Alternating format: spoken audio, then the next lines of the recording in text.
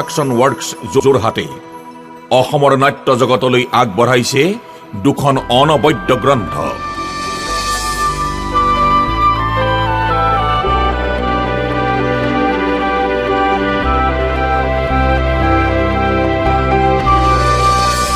নাট্যকাৰ ডক্টৰ অৰূপ বৰঠাকুৰ,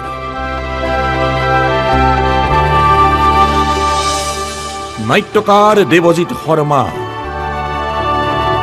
নাট্যকাৰ পৰিচালক মানৱেন্দ্ৰ শৰ্মাৰ ৰচনাৰে সমৃদ্ধ চাৰিখন পূৰ্ণাংগ নাটৰ সংকলন সুৰুজৰ নাট্য সম্ভাৰ। সুৰুজে প্ৰকাশ কৰা আনখনি গ্ৰন্থ অসমীয়া ভাষাত অভিনয়ৰ সকলো দিশ সংযোজিত প্ৰথমখনি নাটকৰ ব্যৱহাৰিক জ্ঞানৰ গ্ৰন্থ প্ৰায়োগিক নাট্যকলা। আপোনাৰ কপিটো আজিয়েই সংগ্ৰহ কৰক।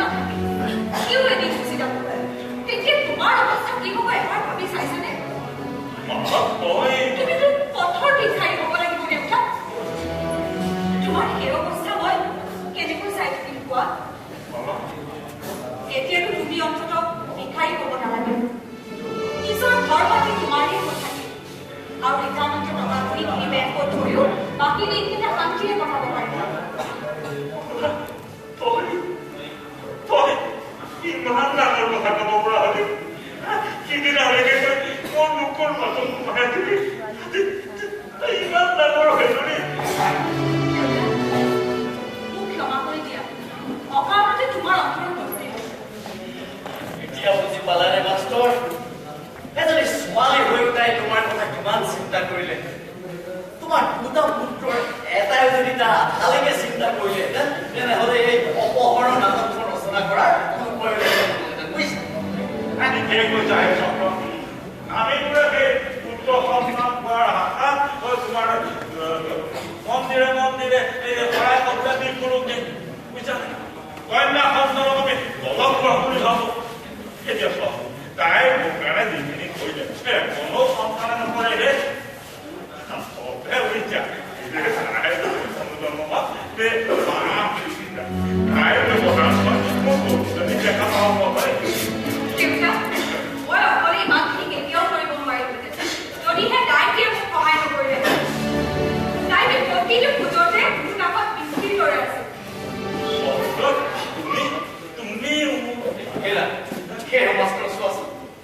মই জানো তোমাৰ বন্ধু নহয় সেয়া বন্ধুৰ বিপদত যদি বন্ধুৱে সহায় নকৰো তেনেহ'লে সেই বন্ধুত্বৰ কি প্ৰয়োজন কোৱাচোন বাৰু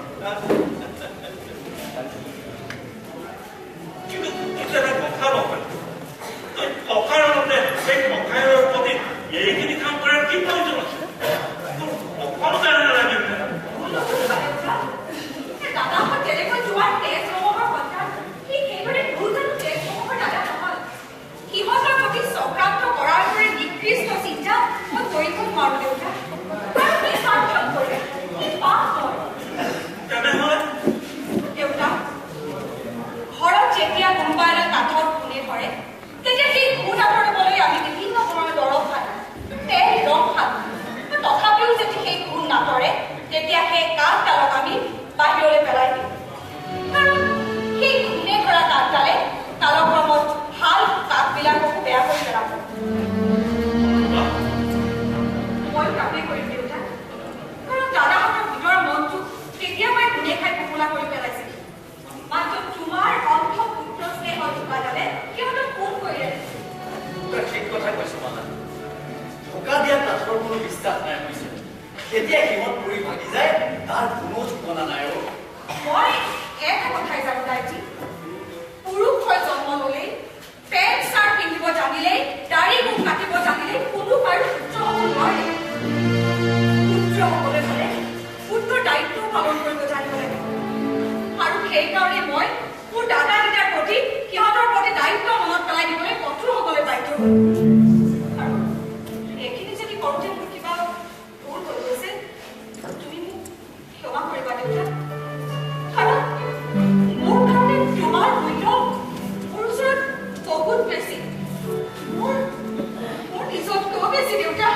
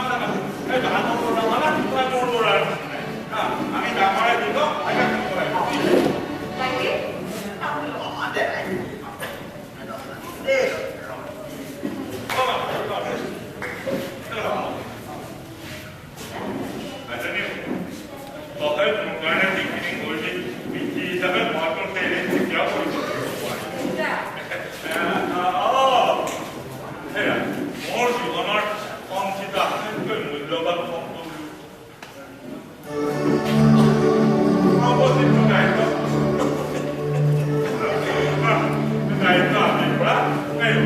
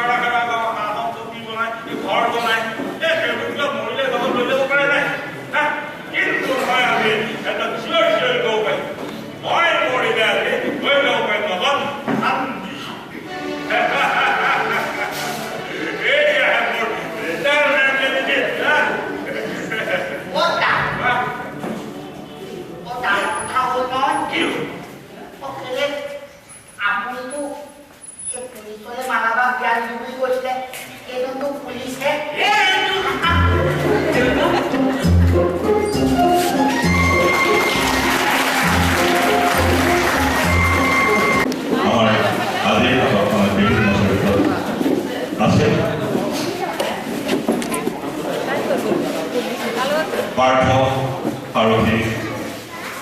কাৰ্যৱতী শৰ্মা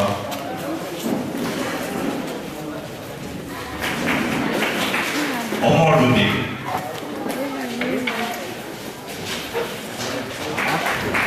উদয় শংকৰ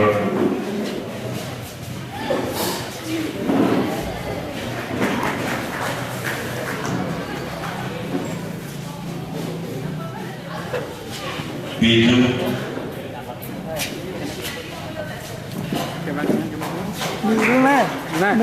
আদিত্য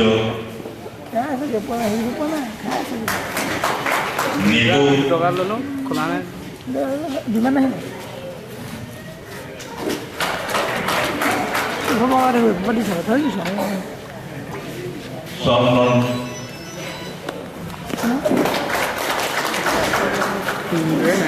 প্ৰশান্ত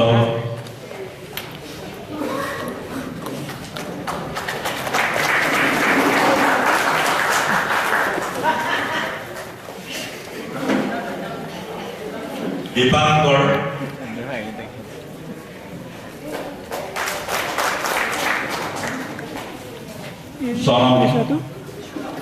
সোণম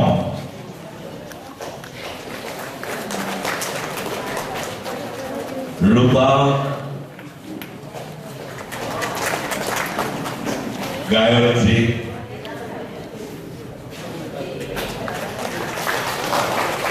ইয়াৰ লগতে আমাক নাপথ্যত থাকি সহায় কৰিছে ৰূপসজ্জাত প্ৰাচুৰ্য্য থাকি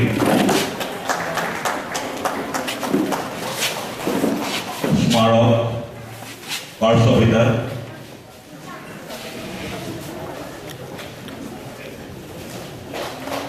আৰু পোহৰত সৰুদৰ নিজা পোহৰ নিয়ন্ত্ৰক অৰুণ দত্ত সংগীতত আমাৰ যোৰহাটৰ গৌৰৱ আমাৰ যোৰহাটবাসী সকলোৰে পৰিচিত অলপতে আমাৰ যোৰহাটৰ এজন সুপুত্ৰই যি তথ্যচিত্ৰ নিৰ্মাণেৰে আন্তঃৰাষ্ট্ৰীয় পুৰস্কাৰ পাবলৈ সক্ষম হৈছে ৰূপম শৰ্মাৰ সেই তথ্যচিত্ৰখনত সংগীতৰ কাম কৰিছিল সেই যোৰহাটৰ গৌৰৱ মানৱজ্যোতি বৰা বসু শব্দ চিম্ফনী ইয়াৰ লগতে আমাৰ এই গোটেই প্ৰযোজনাত মুখ্য ব্যৱস্থাপক হৈ সহায় কৰিছিল জয়ন্ত শৰ্মা মই জয়ন্ত শৰ্মা মঞ্চলৈ বিচাৰিছোঁ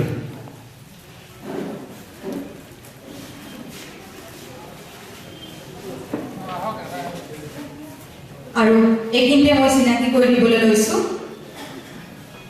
এয়া জয়ন্ত শৰ্মা আৰু আমি চিনাকি কৰি দিবলৈ লৈছো নাটকখনিৰ মূল চৰিত্ৰত অভিনয় কৰিছে তথা আজি নাটকখন পৰিচালনা কৰিলে এয়া শ্ৰীযুত মানৱেন্দ্ৰ শৰ্মা আজি দি আপোনালোকৰ সহায় সহযোগ পালোঁ সৰুতে আজি প্ৰায় ২৭ বছৰ যোৰহাটবাসীৰ মৰম কৰিবলৈ সক্ষম হৈছে আশা কৰিছোঁ ভৱিষ্যতেও আপোনালোকৰ পৰা এনেদৰে মৰম আদৰ পাই আমি আমাৰ নতুন প্ৰজন্মক ভৱিষ্যতলৈ উজ্জ্বল ভৱিষ্যত দিয়াৰ আশাৰে আপোনালোকৰ পৰা বিদায় দিছোঁ।